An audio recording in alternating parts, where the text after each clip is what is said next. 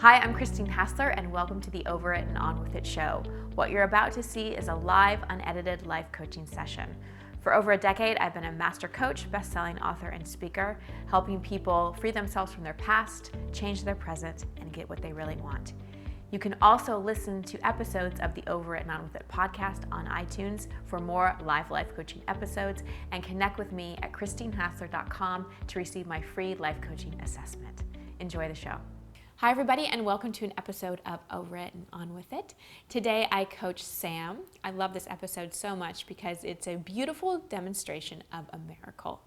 And the spiritual definition of a miracle, this is from the text, A Course in Miracle, is a change in perception. And often it's a change in perception from fear to love. And you'll see in this episode where I coach Sam that her perception of a past event was really clouding the way she was seeing herself and her life. And she experiences a tremendous amount of freedom when she's able to see something that happened in her past more through the eyes of love and truth, and less through the eyes of fear, shame, and judgment. And this change in perception, this miraculous shift, creates a big shift in her experience, and I have no doubt will create shifts in her life. As you're watching or listening to this episode, consider, is there a significant life event that you know has impacted you, and you've processed it, you've been to therapy about it, you've talked about it, but you just can't seem to shift it? It just still feels a little heavy inside. Next, do you feel comfortable in your own skin, or do you feel like you hold yourself back? Do you feel a little suppressed, which often leads to some depression? Next, are you overly concerned about what people are thinking of you? Are you more comfortable being a caretaker or providing for others than having the attention on you because you're too concerned with being judged? And finally, how connected to your own sexuality are you, your sexual expression, your desires? Any shame around that? Feel a little inhibited or held back in some way? So keep these questions in mind as you take in my coaching episode with Sam. Sam, welcome to the show. What's your question? So my question is, how do I feel free in my own skin and allow myself to really step into my light and allow myself to be seen? Well, how do you know you're not doing that?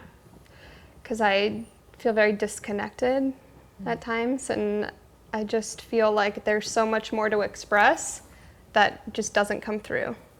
And how do you know you're blocking it? Like, what's your feedback? Depression, sadness, like a drive to do those things and to show up, but just feeling that block. Yeah. So can you give me an example of how this shows up, like something specific? Yeah. Like in all areas of my life, I would say within work, I know that I want to talk about my health. Okay. So for my health, I am very inconsistent, and I know that if I'm living fully into myself, like I am energized and I'm like vibrant and I'm inspired, and I'm consistent with meditation practices and my spiritual practices and my eating habits and all that. And then when this comes over me, I really just fall off. So it's hard to maintain that, but like I know that's who I really am. Okay. So I'm sure you've thought about this. I'm sure you've given it a lot of reflection. What do you think's at the root of this? A fear of being seen. Okay, what scares you about being seen, though? Shame. Like feelings of shame come up. What are you ashamed of? I think that's the hard part, is like identifying that. Right. So it seems like there's a self-consciousness that's happening. Yeah. So you weren't born self-conscious. Something shifted, and usually self-consciousness comes from, and I may be saying a lot of stuff but sometimes it's good to just hear it in a different way. So sometimes self-consciousness comes from, like, when we're kids, we're not really watching ourselves. Okay, we're just like in our experience, we're in the present moment, and that's how you're describing to me you want to feel. You want to feel like in the present moment, alive, expressed. That stops the minute we disconnect from ourselves and notice that there's another part of ourself, the witness, the judger, the observer. That's where self-consciousness begins, is we're aware of ourselves, and there's a part of us having the experience, and then there's a part of ourselves witnessing ourselves and judging ourselves. Totally. So are you aware of when and how you stop being in your body and in your aliveness and in your expression and in yourself and shift it out into self-consciousness? Like in that moment? Well, usually there's a significant event that Oh triggers yeah, it. there's definitely a significant event. Okay. Yeah, I feel like I've acknowledged it, I've talked about it. Well, maybe this is the last time, so. Yeah. Well, when I was 14, I was publicly shamed. I was caught doing things that young girls do. I was playing like Truth or Dare. Yeah. Like at school. Okay. With friends, and I got caught. Rumors were spread. I was on the news. I was suspended from school, and that followed me all throughout my high school life. And I lived in a small town, and that was my reputation and my label. Okay. And what was your reputation and your label? I guess a slut. Okay. And that's so not me. Right. Yeah. Right. So before that significant event, do you remember feeling suppressed and depressed and like you couldn't be yourself? Sometimes. But that's like when it was really, really changed. When it really changed. So it was there before that. Just a kind of like a normal, natural level of self-consciousness that people feel, and then it really got exacerbated after that. I would say so. Okay. Because what I'm trying to discern is if that event at 14 triggered this, or if the self-consciousness was already there and you manifested that. Yeah, I've tried to think about this. I don't know of any other significant events. I came from like a really critical household, not very expressed household. Anytime I think I like voiced I wanted to do things, I wasn't really able to. Okay. Just parents. Okay. So that could be it. So that's why you created this whole public display thing. Maybe, but So it's pretty bad. well, I know, but like, you know, oftentimes how our soul is trying to get our attention and how we try to learn lessons from the outside perspective or from the logical point of view, we're like, that would not be the way that I would have set that up. But on a learning level, it makes a lot of sense. So it sounds like you grew up in a very repressed household. Yeah. And what it also sounds like to me, what I'm sensing from you, and why you're coming to me with this question, is your core is very much a free spirit. Yeah. Very much a free spirit. Very much like running naked with the wolves free spirit kind of thing. Yeah, absolutely. And that's your essence. But yet it was so, you were kind of like the black sheep in a family. You were born into a family where that was not encouraged. So instead of your natural sense of self being nurtured and made to feel okay, it was repressed, criticized, maybe even shame. So it's like you have this wild animal inside of you that wanted to come out. And I think in that truth or dare moment, the animal came out a little bit. The wild side came out a little bit. Can you see that a little bit? And in that moment, in that truth or dare moment, before you got caught, before any of that, I don't know what you did, but can you go back to that moment and can you remember feeling free? Again, before you got caught, before you got shamed, just in the moment. Kind of. But the situation in itself, I feel like, was really, like, I showed up self-conscious. That's why I was like peer pressured into doing things I didn't want to do. Right. But in the moment, where you did whatever you did, was there any feeling of, screw it all, I feel free? Maybe. I'm not sure. I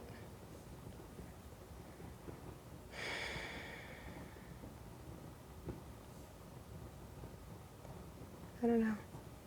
Well, I don't want you to feel a certain way that you didn't, right? And I'm going at this from different angles because you're saying that you've like looked at this in a lot of different ways, right? So there was like the peer pressure part of it, right? But something inside of you said yes. Yeah, because I wanted this individual to like me. So I'm like trying to like prove myself and like get them. Get the validation. Absolutely. Yeah. And that's like this the saddest part. Sad in what way? It's like, why, like, looking back on, like, the me, like, so young, like, I didn't need to do that. Yeah. You know, like, why was I so unsure of myself to enter into a situation that didn't feel comfortable to me? And, you know, throwing away all of my own, like, values and morals because of a boy. Yeah. Well, I could probably name 20 girls I know and millions of people watching or listening that have done something similar. We all do things that go against our own intuition, our own inner knowing, if we want the approval or acceptance of someone so badly. That's true. So it sounds like you haven't really forgiven yourself for this. So it sounds like there's two things going on. There's this kind of wild part of you that wants to be free. And then there's this other part of you that has a tremendous amount of shame that you're carrying around. And has the one moment that you were kind of breaking the rules and breaking the norm tied to being shamed and doing it to get approval from somebody else. Absolutely. And then what do I do about it? Well, the biggest thing is you've got to forgive yourself. Yeah. And you've got to stop making other people's perception of you more true than your own self-perception. Tell me about what you do for a living. I am a therapist. And why'd you choose that? To heal all my problems. No, I feel like I've been through so much and I've overcome so much and I've become so resilient, and I want to be able to, you know, help other people through that. What does resilient mean? Come out of the other end of really tough things, strong and empowered and 100% yourself. Have you done that? At times I felt it. There are times where I really felt it, and like I said, that I like go back and forth in that piece of me, and then that other part of me that just like is completely unexpressed and suppressed. Yeah, and I really feel that I'm here to help people because of the path that I chose as a child. Like, I'm meant to help people. What do you think is your purpose even above that?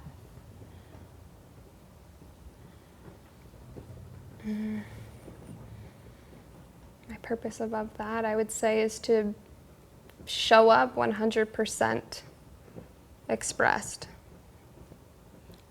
Well, it sounds like a big part of your purpose is to free this spirit you have inside of you. Absolutely.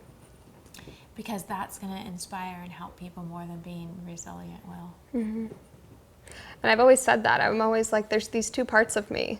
There's that part of me that's, you know, very organized and very driven and very focused. And there's that other side of me that just wants to, like you said, like run through the field and just be free. And I think I've let, like, absolutely my family and everyone else, like, their judgments just keep me, like, on that sideline. Well, yeah, and the fear that it'll be misinterpreted. Yeah. See, I still think back to that event at 14, and I don't know what the dare was.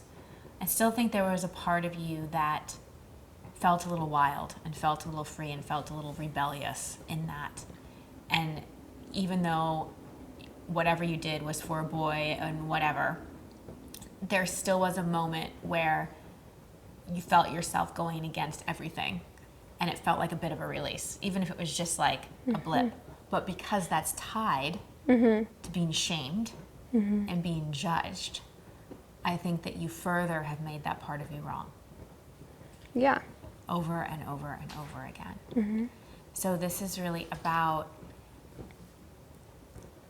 it seems to me, what keeps you from really fully expressing yourself and letting yourself run wild in the field is what other people may think. And the judgments from others. What's your worst fear in terms of how you're perceived? My worst fear. I really don't know. What's the worst thing someone could say about you? That's not you. But what if it is? Yeah. Could it be okay with you if you started to be someone different than people expect you to be?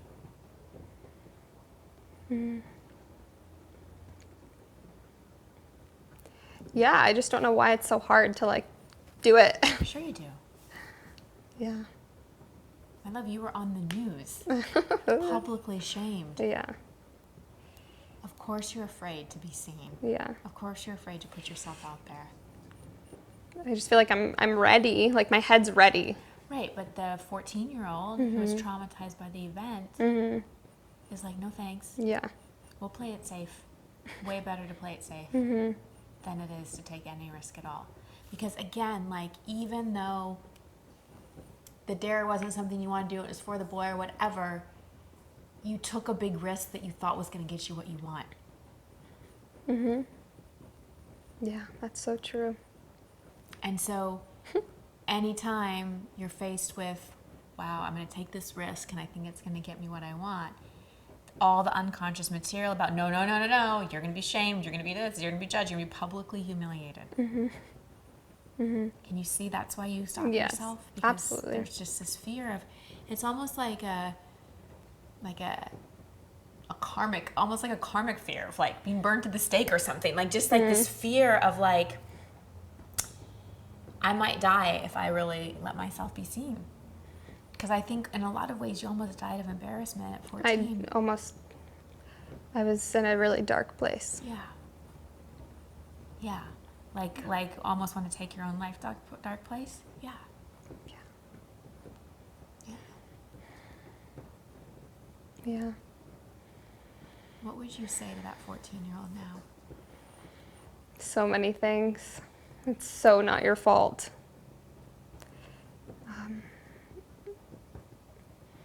You're not alone, and I love you, and I see you. That's all I wanted anyone ever to tell me, and that I see the real you. I didn't do anything wrong. Yeah. Because I definitely internalized it. Well, I see you, and you didn't do anything wrong. You really didn't do anything wrong. Thank You did something that you thought would get you what you wanted, you.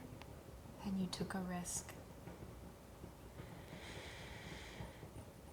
So I think you have it held inside as I went against my own values, and why did I do that, and why did I let some crush get me to do something? But let's look at it from a different perspective, because a miracle is a change in perception. At 14 years old, you wanted something really badly, and you took a risk that you thought would lead to getting it. But now what you can do is you can work with that 14-year-old and be like, listen, the good news is I'm a little more grown up now. And I love this 14-year-old, this younger part that wants to take risks. And I love this inner part of me that wants to be wild and free. And I also love the adult me who knows what risks are really authentically in alignment with where I want to go and which aren't. And so rather than shaming that teenager or judging her for making a decision because she liked a boy, making a stupid decision because she liked a boy, can you work with her? Because can you see how the shame you've had toward her has kind of like kept her in a corner and kept you from taking risks? I definitely see that. And I want to work with her.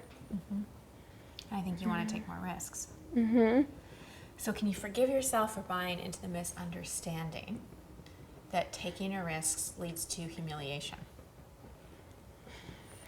Yeah. Can you say that out loud? I forgive myself for buying into the misunderstanding that taking risks means humiliation. Or judgment, or being ostracized, or whatever it may be. Because from my point of view, that's at the core of what's keeping you suppressed. I can see that. Yeah. It just feels too risky. Mm-hmm. It just feels a little too scary. And again, because you've had such big judgment on this 14-year-old who made that decision, Mm-hmm. you don't trust your impulses. Mm. I've never thought about that. But I could see that. Like, it prevents me from doing things that I want to do. Exactly. That's actually true. As simple as going out. Yeah. Yeah. Yeah, you have a feeling, you have a spontaneous thought, you have an impulse of something, and you're like, Absolutely. nope, I'm not going to do that. Mm-hmm. Mm-hmm. Stay safe. Yeah. Because you made a very impulsive decision back then, so incredibly wrong. Mm-hmm. So let's see if we can kind of reframe how you hold that memory inside of you. Okay. Because right now it seems like you hold it with a lot of shame and a lot of judgment. Mm-hmm. And how can you hold it differently? I don't know.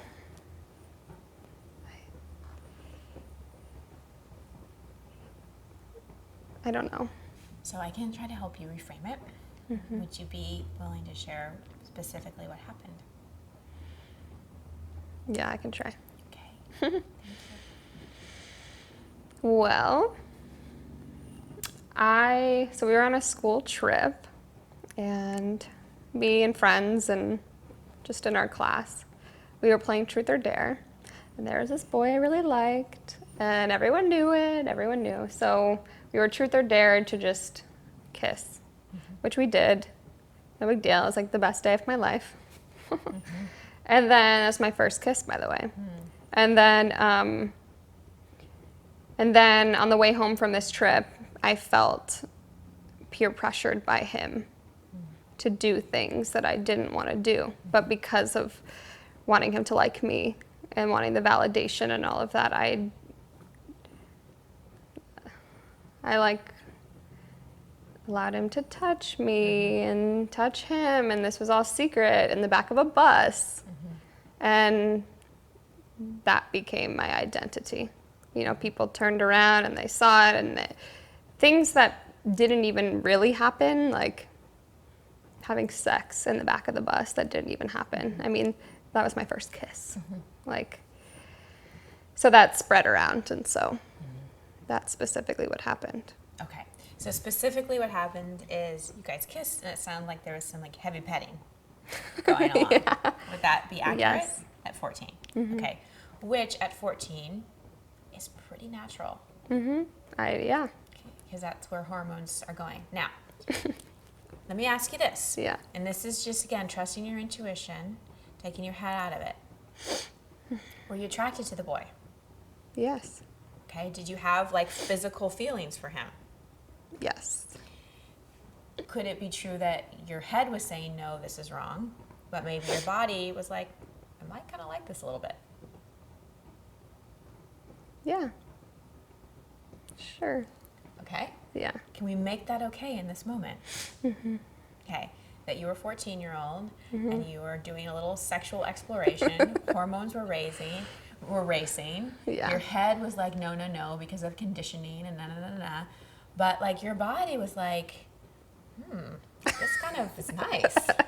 Yeah. Okay, great. Just stay with me on this, because we're gonna let you hold this differently inside of yourself. Okay. So you mentioned that you feel a little disconnected with your body and with your health and all those kinds of things. So a big part of feeling connected to our body is feeling connected to our sexuality. Yeah, I don't. Right, because at 14 you shamed it. Yeah, exactly. I see that connection. Right. So could we reframe this experience as a 14-year-old girl, I had it going on. I like that. I had it going on. Too bad everybody else was so sexually repressed and they shamed me for it. But I was listening to my impulses. Yeah. And like, what if you started listening to your body again? And instead of focusing on how it looks or slogging it to the gym or this diet, whatever, like however, like actually listen to what it was craving. Yeah. and paid more attention to pleasure and being attuned to that. So how does it feel to look back on that memory and go, wow, I kind of had it going on? It's funny. It's definitely a lighter type of feeling. And yeah, it feels better. And that's the wild and free part of you I'm talking about. If there was no conditioning, if it hadn't been a dare, if other kids who were repressed and shamed for their own sexuality weren't watching, and that had just been an exchange between you and this boy, it would have just felt good.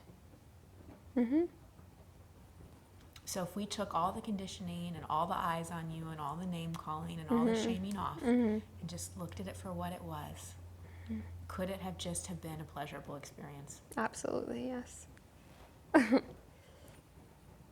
So can you rehold it as, wow, even as a young girl, I was so connected to my sexuality that I was willing to take a big risk? That's bold. Well, do you want to look at it like bold or pathetic? Definitely bold. Yeah. Do you want to look at yourself as this girl that was peer pressured, now she's a slut? Or at 14, you were already like feeling that wild and free part of you that didn't give an F what other people thought? I like that way better. If we could unleash her, that's like a game that. changer for you. Totally. Little tidbits of her. Yeah. Yeah. Because you've been trying to console her more like, oh, honey, you didn't do anything wrong. Yeah. And it's okay, and I love you, versus, Yeah. girl, like, you were wild and free, and Yeah. I love you for that. And, like, you knew what you wanted, and you were listening to your body, and you were willing to risk it. Like, you're awesome. You sound like my sister. That's what she would say. Yeah. And is she someone that lives a little more free? Totally. We're opposites in that way. Or maybe you're not. Okay. Yeah. Maybe she allows herself and gives herself permission, but you don't. So the mind doesn't know the difference between a very well-imagined thought and actual reality. It's true. So you can hold this whole experience in your mind as this awful, I did wrong, peer pressure, I'm so weak, I'm a pathetic teenage girl. You can hold it like that and try to just console your pathetic teenage girl. Or you can be like, whoa. Not the best reaction from that was hard, like, but you know what? You took a risk, you followed your impulses, you were connected to your desires. Because that's the other thing about this 14-year-old girl. She was connected to her desire. Yeah. And you've given up on your desire and have been playing it safe. Amen. Yeah. And the truth is, even with that situation, so what if you were in the news? And that is just a reflection of everyone else's issues around sex and sexuality. That's true. That's all that is. You're not a slut. You didn't do anything wrong. Yeah. You're a woman who, at a very young age, was in touch with her wild animal, her desires, her sexuality, and unfortunately got shamed for it, so you shut it down. Now it wants to come back. Yeah. It's like so... It's so true. It can be so simple. It's like I overcomplicate it. And that's something I really want to leave behind. Well, if you start following your desire and your pleasure and your impulses, and you trust that grown-up part of you that pays her bills and gets herself places on time to do a little risk assessment. Yeah. You know, like, I want to be wild and free, but I'm not going to, like, jump out of an airplane without a parachute. Yeah. And be like, oh, spirit will catch me. You know, like, there's still that part of us that has discernment and wisdom. You can trust that part of it. But don't let it lead. Right. You know? It's like imagine a horseback rider, like the wild horse. The rider's there with the reins to make sure the horse doesn't run off a cliff or go the wrong direction or whatever. But the horse is free. So let that part of you lead. Okay. So now when you think back on that event, which in the past made you cry and kind of made you crouch down and feel very secretive, how does it feel? Lighter. Yeah. Less serious. Definitely. Yeah. 14 years old, I got caught making out with a boy on a bus because I was horny and so was he, but we lived in a sexually repressed small town and I got humiliated. Yeah, it feels a lot better. Like, carry around this heaviness forever, and it doesn't have to be so heavy. No. Mm-hmm. Not at all. I like it. So, who are you? I am light. Mm-hmm. I am free. Getting free, becoming free. No, I'm free. Own it. I'm free. I'm vibrant. Yeah. I am energetic. I don't know why I want to say this, but I'm like tall. Yeah. I'm desirable. Ooh, that's a hard one. Say it. I'm desirable. I'm lovable. Yeah, because the other thing about this 14-year-old experience is you have yourself as a woman more in like prey role. Prey. And he was the predator. Versus he desired you. Because you're desirable. That's true. And it's like, on one hand, present day, I know I'm desirable, but it's like I don't want to, and it makes total sense, but like I don't want to let that part of me out. And it's like, even though in my head I can know like I am desirable, it's like that next step of like the action and like the feeling, like feeling comfortable in that. I think the more you work with what we talked about and the more you reframe how you hold it inside, and the more you kind of go, wait a second, like my desires don't lead to shame. They don't have to lead to me being shamed. That's just other people's issues. My desires don't lead me down a road that is bad. Like that whole experience up until now has motivated you to do personal growth, become a therapist, have compassion for other people. So it's been valuable in the way you've held it so far. Right. But it's reached its expiration date in holding it that way. Right. And so now your life is really about more enjoyment. You found your purpose, you found your mission, you've had your hero's journey in terms of dealing with your own suffering. You can have so much compassion for people that are dealing with shame. But you don't need to keep holding on to it to relate to others. Yeah. Okay. That's true. So I think a lot of this just comes from the enjoyment of being in your own skin. Yeah. And it feels very foreign sometimes. So that's something I want to embrace again. It will feel less foreign the less you judge it and the less there's that self-consciousness there. So how do I respond to that? When the self-consciousness comes in, when the mind comes in, you go back into how you're feeling. So let's say, what's something that is pleasurable to you, that you enjoy doing? Playing music. Okay, playing music. So if you're playing music and the mind comes in, what do you sing? Do you... I have a guitar. You have a guitar. Okay. you feel the guitar on your lap. You look at yourself in the mirror holding the guitar and be like, damn, I look good. You know? Like you break those patterns and you focus more on the feeling in the words of affirmation. Okay. The more you're in the present moment and in the enjoyment and in the pleasure, the less you'll be outside of your body being self-conscious. That makes sense. So anytime there's self-consciousness, it's just feedback for you that you jumped out of the present moment. You've jumped out of your enjoyment and you become the witness. Because you think witnessing yourself and keeping yourself on high alert is how you keep yourself safe. Yeah. How you keep yourself safe is you listen within. And you trust your desires and you trust your impulses. I'll remember that. I listened to my desire to come here. How'd it go? Good. Yeah.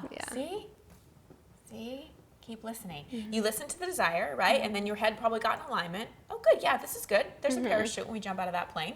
Like, risky, vulnerable.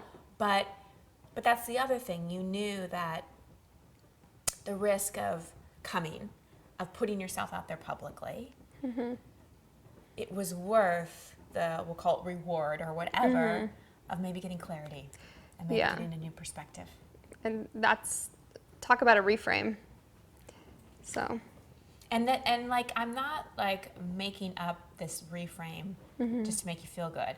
No, I actually think I'm seeing it with more truth than you've been seeing it. Yeah.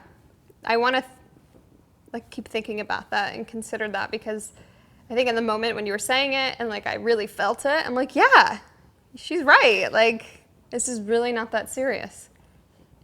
It's really not. Trust that feeling. Yeah. Because that's the thing about truth. Even if it's the first time we're hearing it, when it's true, it resonates. Right. As if we've known it forever. Yeah. So now you just get to live your free, desirable, sexy woman in touch with her desires and her bodies and her feeling life. Know that you've got the head when you need it to keep you from jumping out of a plane without a parachute. But if you want to be seen, you got to stop playing it safe. If you want to free yourself from the depression, you've got to stop suppressing. Yeah. I'm working on it. Yeah. One moment, one breath, one feeling, one pleasurable moment at a time. And have more fun with it. Just more fun in general. Yes. I will. Oh, I want to thank Sam so much for her courage and her vulnerability. I love that coaching session. I loved all the different directions it went. And I love that we were able to talk about something that not enough people talk about, which is sexuality and our freedom to really respond to our desires and respond to our impulses. So a lot to break down in this episode.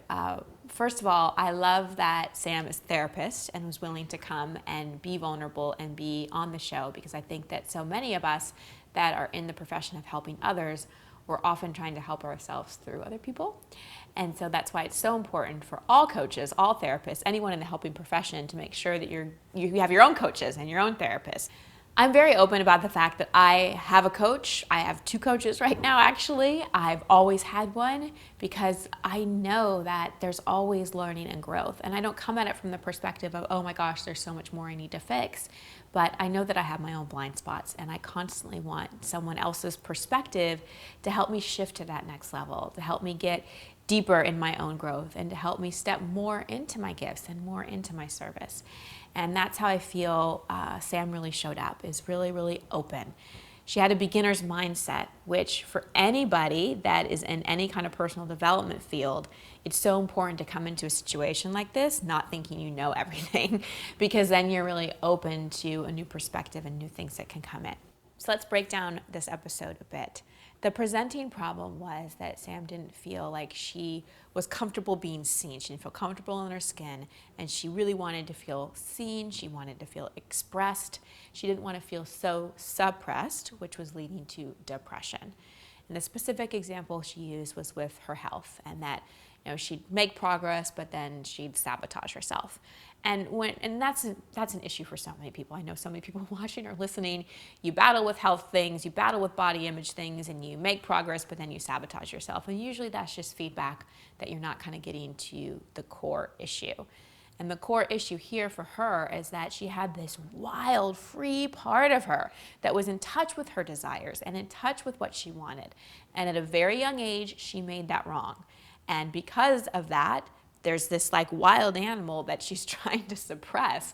And so whenever she goes into any kind of restriction, any kind of management in terms of really taking care of herself and her health, that wild animal just reacts and rebels even more. So it's less about rigidity for her, right? It's less about like, oh, I need to meditate this way, I need to eat this way, I need to exercise this way, that just actually leads to more suppression. The answer for her and the way out of the suppression and the depression, and the way out of the fight she has with her body or health or whatever it is to let all the parts of her that she's denied, all the parts of her that she's repressed, really run free. So I asked her if there was a significant life event that correlated at all to how she was feeling now, this feeling of suppression. And the memory that came up was the 14-year-old truth or dare moment. But even before that, she could remember growing up in a household where she felt criticized, where she felt like she couldn't be free.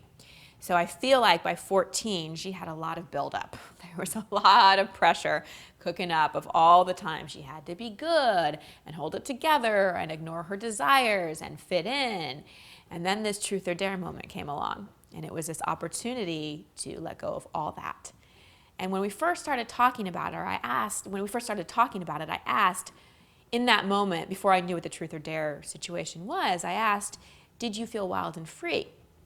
And she said no, but something in me made me want to keep going back to that, because I felt like even though she was saying she didn't, there really was kind of a little part of her that did feel free. And then when we circled back to the event, and I'm so grateful that she was willing to share what specifically happened, we were able to see that actually there was a part of her that did want what happened to happen. Of course, not in the context it happened in. Of course, not in the way where she felt shamed or embarrassed or like she did anything wrong. But in our reframe, we were able to see she was a healthy 14-year-old girl with hormones, and that's when her sexuality really starts to rev up. And instead of denying that, there was a part of her that listened to her desires, acted on them, maybe even felt a little good, but because she lived in a repressed, shut down, small town, and she was witnessed and shamed, she immediately made all that wrong. So in that moment, not only did she make the decision that when I take a risk for what I want, it's scary and it's dangerous, she also made her own sexual impulses, her own sexual desires wrong. Because if we went back in time again to that 14-year-old girl, her mind might have been going, that's wrong, that's wrong, that's wrong. But her body and her hormones might have been going, ooh, I'm really curious. Ooh, this feels kind of good. Ooh, I kind of like this, but it's wrong. This was a really confusing time. And I'm sure a lot of you can relate to that with your own sexuality. There were probably things you did where you were just feeling good. You were acting on an impulse. You were following a sexual desire. And you got caught, or you got shamed, or someone told you it was wrong. And from that moment on, you've been repressing your desires. You've been repressing your sexual energy, and you've been repressing a big part of yourself. So if you're feeling a little depressed, if you're feeling a little suppressed, if you're feeling a little creatively stifled, you may want to look at where you've shamed yourself, specifically around your desires. So the work I did with Sam was really helping her reframe this. Again, not just finding the blessing, not just finding the silver lining, because I think how she was trying to reframe it is, well, that difficult experience made me stronger, and that difficult experience enabled me to help other people. And that was a good reframe. That was a good lesson, and it has led her to do a career that she loves, helping other people. But that particular reframe wasn't really helping her feel free, right? She was still suppressed. So we had to go back and really look for the truth. So I really feel like the reframe we got to wasn't just a reframe. It was actually a more accurate look at what actually happened so she could get to the truth. Because when we got to the truth, which was you were following impulse, you were following a desire, there was nothing wrong about it, you just ended up getting shamed, all of a sudden she felt a sense of lightness. And she felt a sense of, wow, yeah, like there was a part of me that was free and was just following an impulse, and wow, like maybe I was just this 14-year-old that was in touch with my desires. That 14-year-old that I've judged as pathetic and hurt and preyed upon, maybe she was actually really strong and really powerful, and she had it going on. And that reframe of that 14-year-old gave her a lot of lightness and a lot of freedom. And I think will do wonders for that inner 14-year-old, because that inner 14-year-old has been walking around thinking that she played this truth or dare game and she made a bad decision and she was stupid because she did something for a boy, versus she was a pretty hot little 14-year-old who really knew what she wanted. And you can just feel the difference in that. So I encourage you, and this could lead me into the takeaways, I encourage you to look back on how you're holding certain memories. If you're continuing to hold certain memories as a victim, you're going to continue to feel like a victim. And this was continuing to show up in her life. We talked a little bit after we finished recording, and she was saying how when she goes out, she does get attention from men, but she doesn't like it, right? And part of that relates to something I said to her in the actual coaching episode, where with that boy, she was more prey and he was more predator, right? That she felt kind of victimized in that experience. Even if that isn't what actually happened, that's how she was holding it inside. So anytime she receives any kind of desire from men, because going back to that 14-year-old boy was showing desire for her. It triggers that event. She holds it as, ooh, I'm prey, this is wrong, I'm a victim, and she wants to push that energy away. So my coaching to her about that was really like, know that you're safe in your own body, that you can choose who you let in, who you don't, and that attention is not bad, that just because someone desires you, that doesn't make them a predator, and that doesn't make you prey. It just makes you desirable. So imagine walking through your life feeling, yeah, I'm desirable. I'm safe in my body. I choose who I share intimacy with. I choose who I let into my body, my space, whatever, but I'm not prey. I'm desirable. It's a whole different way to walk through the world. Second takeaway for you, if you're feeling suppressed in any way, I really encourage you to look at where you might have shut down your sexual energy and your desires and how you can reawaken that through things like tantra, dancing, even creative things like music, art, writing, anything to get that energy moving again. Next, when you're thinking about things that you want to do and that fear of being seen comes up, I really want you to write out, actually physically write out, what's the worst thing people could say or think about you? Like a lot of times we have these fears of what people could say or think, and we don't even know what we're scared of. So like write it down. What will people say? What will people think? And look at it and go, is the risk of them saying that or thinking that more or less than me missing out on something I really want to do? And I bet you'll see that when it comes to something you really desire, there's nothing anybody could say or do that would make you desire it less. So go for what you truly desire. Be more afraid of missing out on the things that you want to experience in your life than you are of what other people may think of them.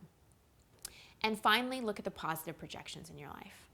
Sam talked about how her sister would say something that I said in the podcast. I can't remember what I said, but she talked about how her sister is more free, more wild, more expressed. And she said, we're so different. And I said, well, maybe you're not. Because I think she was seeing her sister as a positive projection. Anything we see in someone else are often those unexpressed qualities we have inside ourselves. So this wild and free nature in her sister, which she liked and which she aspired to, which she judged as, oh, that's not me, actually is her. It's just a part of her that isn't expressed. So for anyone that you admire, anyone that you're even a little jealous of, anyone that you compare yourself to, remember, you spot it, you got it. It's just an unexpressed quality in you. So that's our episode for today. You can watch more video episodes on this channel or listen to hundreds of live life coaching sessions on iTunes. Just look up my podcast, Over It and On With It. Until next time, much love and many blessings.